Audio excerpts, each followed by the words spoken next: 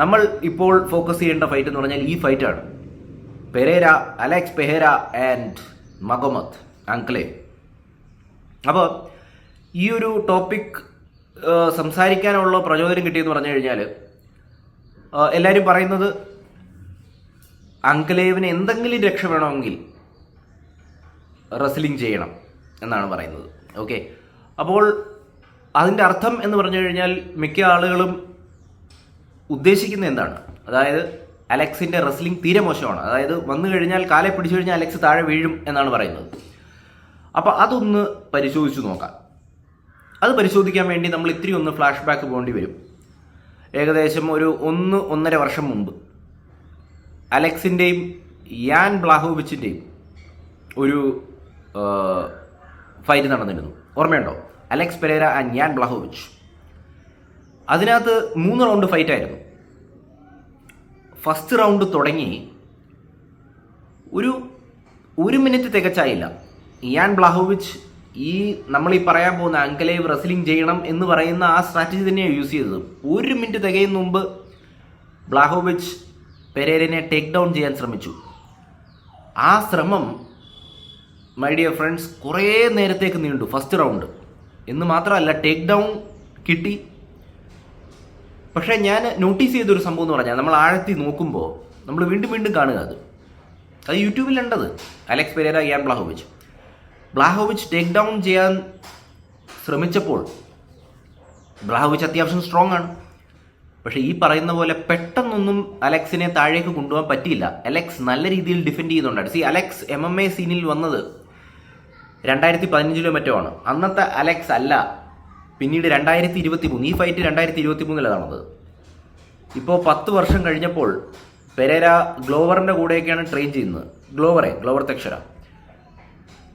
ഗ്ലോവറിനാണെങ്കിൽ അത്യാവശ്യം wrestling, grappling ഒക്കെ strong ആണ്. അപ്പോൾ ആ ട്രെയിനിങ്ങിന് ഫലം കാണുന്നുണ്ട്. കാരണം അലക്സിൻ്റെ റെസ്ലിംഗ് ഡിഫെൻസ്, ഗ്രൗണ്ട് ഗെയിം ഒക്കെ ഡീസൻ്റ് ആണ്. അല്ല ഈ പറയുന്ന പോലെ നേരെ ആരെങ്കിലും കാലെ പിടിക്കാൻ വന്നാൽ അലക്സ് അങ്ങ് താഴെ വീണ് കിടക്കുമൊന്നുമില്ല. എനിക്കതാണ് ബ്ലാഹോവിച്ചിൻ്റെ ഫൈറ്റിൽ കാണാൻ കഴിഞ്ഞത്. കാരണം ഞാൻ പറഞ്ഞ പോലെ ബ്ലാഹോവിച്ച് ഒരു നല്ല അത്യുഗ്രം ശ്രമം തന്നെ നടത്തി ടേക്ക് ഡൗൺ ചെയ്യാൻ. അലക്സ് നല്ല രീതിയിൽ ഡിഫെൻഡ് ചെയ്തു.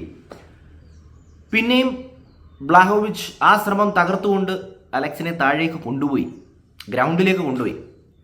എന്ന് മാത്രമല്ല ബാക്കൊക്കെ എടുത്ത് വളരെ ശക്തമായ രീതിയിൽ ഒരു RNC റിയർ നേക്കഡ് ചോക്കിന് ശ്രമിച്ചു. ആ ഫൈറ്റ് കണ്ടാൽ മതി.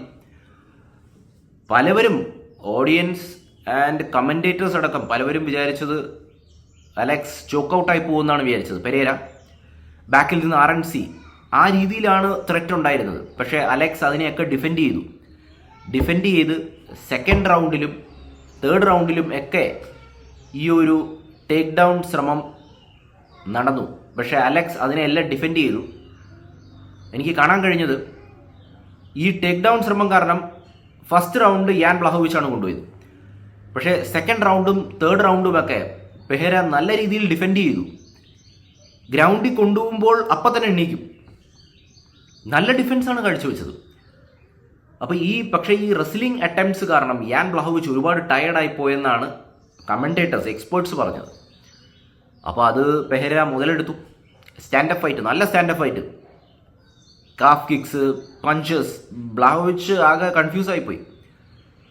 പിന്നെയും തേർഡ് റൗണ്ട് 3 റൗണ്ടേ ഉണ്ടായിരുന്നുള്ളൂ. പക്ഷേ ബ്ലാഹോവിച്ച് ശരിക്കും ടയർഡായിപ്പോയി. എനിക്ക് തോന്നുന്നു 5 റൗണ്ട്സ് ആയിരുന്നെങ്കിൽ പെരേര തീർത്തേനെന്നാണ് എനിക്ക് തോന്നുന്നത്. ആ രീതിയിലാണ് ബ്ലാഹോവിച്ചിൻ്റെ ഒരു ബോഡി ലാംഗ്വേജ്.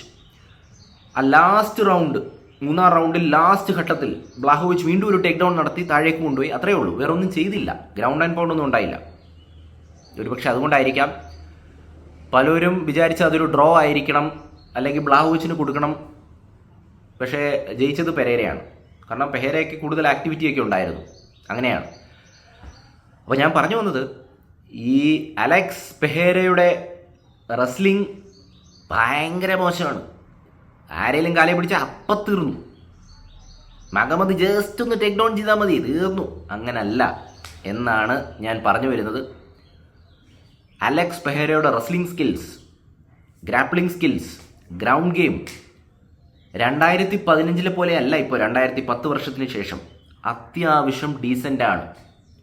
അത്യാവശ്യം പിടിച്ചു നിൽക്കാനൊക്കെ മൂപ്പറുടെ കയ്യിലുണ്ട്. കാരണം അല്ലെങ്കിൽ ഒരു കിക്ക് ബോക്സറിന് ഇങ്ങനെ നിലനിൽക്കാനായിട്ട് പറ്റത്തില്ല എന്നാണ് ഞാൻ പറഞ്ഞത്. So that makes this fight, Alex Pereira and Mohammed Ankalaev fight much more interesting. കാരണം എനിക്ക് ഉറപ്പുണ്ട് മൊഹമ്മദ് സ്റ്റാൻഡപ്പിൻ്റെ കൂടെ തൻ്റെ wrestling combat sambo ground game use ചെയ്തില്ലെങ്കിൽ റെസ്ലിംഗ് മിക്സ് ചെയ്യും. അത് ഉറപ്പാണ്, ചെയ്യണം. അല്ലെങ്കിൽ കിക്ക് ബോക്സറിന് മുമ്പിൽ പിടിച്ചിരിക്കാൻ പറ്റുമോ? അപ്പോൾ അങ്ങനെ മിക്സ് ചെയ്താൽ തന്നെ അലക്സ് പെരേര കൈയും കെട്ടി നോക്കി നിൽക്കത്തൊന്നുമില്ല. അലക്സ് പെരേരയുടെയും ഡീസെൻറ്റ് റെസ്ലിംഗ് ഡിഫൻസ് ഗെയിമൊക്കെയാണ്. അപ്പോൾ that makes this fight much more interesting. ഇപ്പോൾ എനിക്ക് തോന്നുന്നു ഈ ലോകത്തിൽ തന്നെ ഈ Alex Pereira and Mohammed Ankalaev ഫൈറ്റിന് ഏറ്റവും കൂടുതൽ ഹൈപ്പ് കൊടുക്കുന്നത് ഞാൻ ആണെന്ന് തോന്നുന്നു. എല്ലാവരും ഒന്ന് ഹൈപ്പ് കൊടുക്കുക. നമുക്ക് ഇലിയ ഇസ്ലാം മഖാശേവൊക്കെ അവിടെ നിൽക്കട്ടെ, ഈ ഫൈറ്റ് ഒന്ന് കഴിയട്ടെ. ഏറ്റവും വലിയൊരു ഫൈറ്റാണിത്. ഇതിനെക്കുറിച്ച് നമ്മൾ ഇനിയും വീഡിയോ ചെയ്യും. അപ്പം ഇനിയും നിങ്ങളുടെ വിലയേറിയ കമൻറ്റുകൾ നിങ്ങളൊന്ന് എഴുതുക. നമ്മളെല്ലാം വായിക്കുന്നുണ്ട്. ആൻഡ് സബ്സ്ക്രൈബ് ചെയ്യുക, സപ്പോർട്ട് ചെയ്യുക. And will see you again.